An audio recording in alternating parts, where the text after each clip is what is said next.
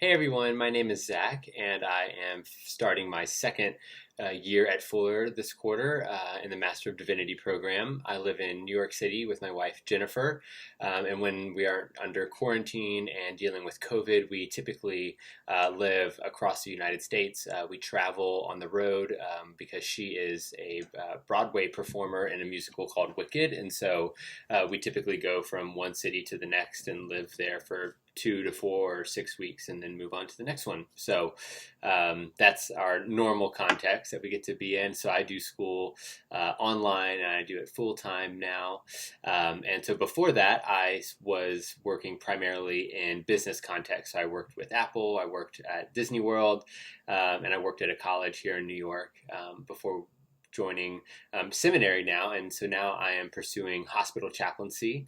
And so that's what makes me very excited about this course and what makes this course extremely relevant to me, because chaplaincy is always operates in a pluralistic context, at least in the United States and in most cases throughout the world. So always going to be on a interfaith team, leading, potentially interfaith services, always going to be working with diverse patient groups and staff groups and families and things like that. So very curious and very excited about having some kind of formal education about this topic. So this is going to be huge. So I'm going to be doing a unit of what's called clinical pastoral education, which is what chaplains go through to become board certified. So I have a unit of that coming up this summer at a hospital in Houston where my wife is from. And so this course is kind of like a primer to be going into that. So really looking forward to that.